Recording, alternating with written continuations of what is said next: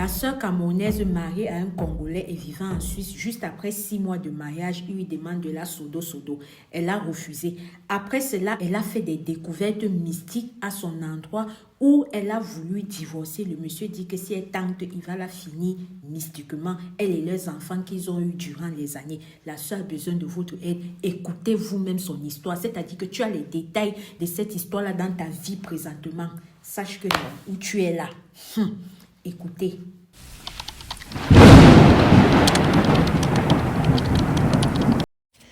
Bonjour Madame Alicia Lotus, j'espère que vous allez bien.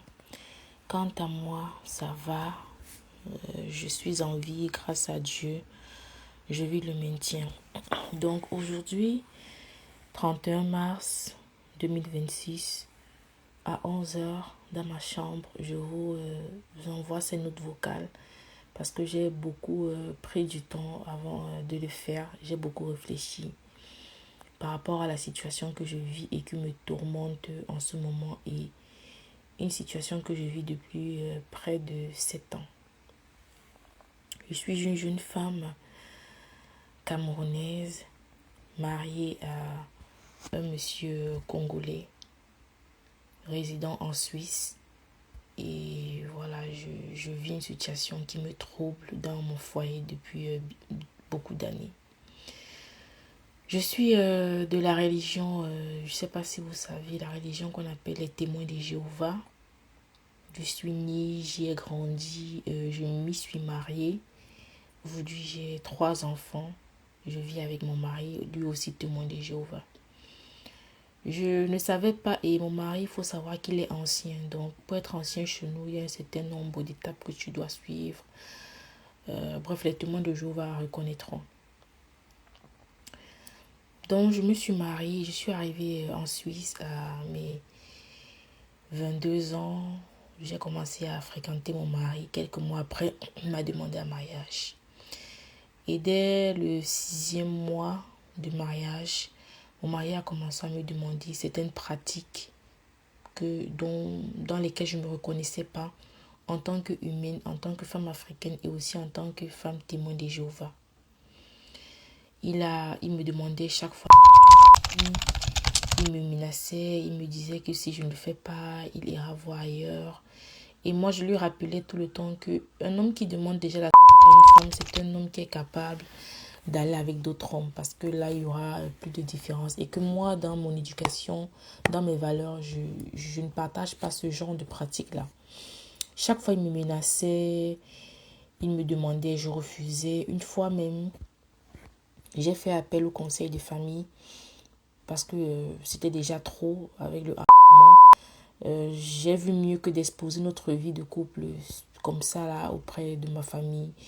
Et ses parents qui, eux, ont dit qu'il n'y avait pas de mal à ça, vu qu'il m'a épousé, mon corps lui appartient. Et mes parents, vu que j'ai des parents, et surtout ma mère qui est très très forte de caractère, qui a dit que ça ne se passait pas comme ça, que si ça continuait, j'allais demander le divorce. Le monsieur s'est calmé et puis il ne m'a plus jamais demandé ça. Les années sont passées, j'ai accouché, je suis rentrée à l'école, je suis sortie, j'ai travaillé, j'ai réaccouché. On vivait bien, le monsieur n'y faisait vraiment plus allusion. Et moi, je me disais que c'était quelque chose qu'il avait enlevé de sa tête, qu'il avait banni de ses envies. Dernièrement, quand je parle de dernièrement, c'est il y a de cela 3 ans. J'ai pris son téléphone. Je prenais son téléphone pour appeler ma mère parce que mes enfants, ils aiment bien jouer sur mon téléphone. Donc, je prenais son téléphone pour appeler ma mère. Je suis tombée sur certains messages que mon mari s'échangeait avec d'autres hommes et d'autres femmes. Ce qui m'a le plus intriguée, c'est que lors de ses rapports avec les femmes comme les hommes, il prend des vidéos. J'ai été très très glacée, vraiment glacée ce jour. J'ai voulu prendre mes enfants, fuir sans faire de bruit, mais je me suis ressaisie. Je me suis dit qu'il fallait que je puisse avoir toutes les preuves pour pouvoir le confronter. Ce qui fait que lorsque je suis tombée sur ces vidéos-là, je me suis plutôt transféré ces vidéos, ces messages et les différents numéros de ces personnes. Ça allait à comme 5 relations, blanc, noir confondu, homme, femme confondu. Donc, il y avait de relation avec 3 hommes et 2 femmes, où il ne demandait que des rapports.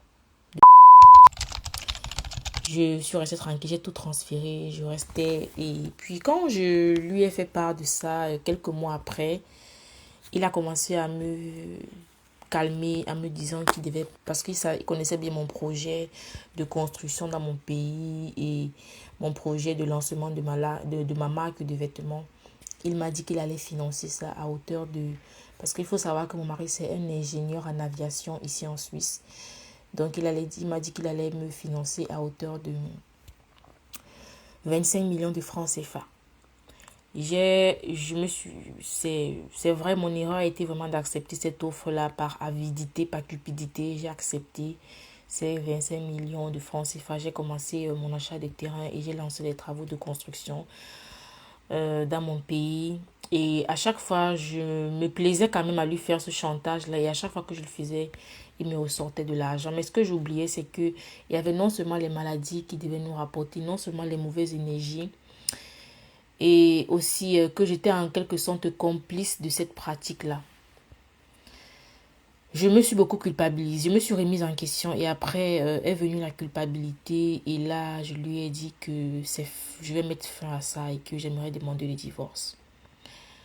Et depuis que je lui ai fait part de ma demande, de mon besoin de demander le divorce, il a commencé à me menacer que de vouloir non seulement me tuer mystiquement, mais aussi mes enfants.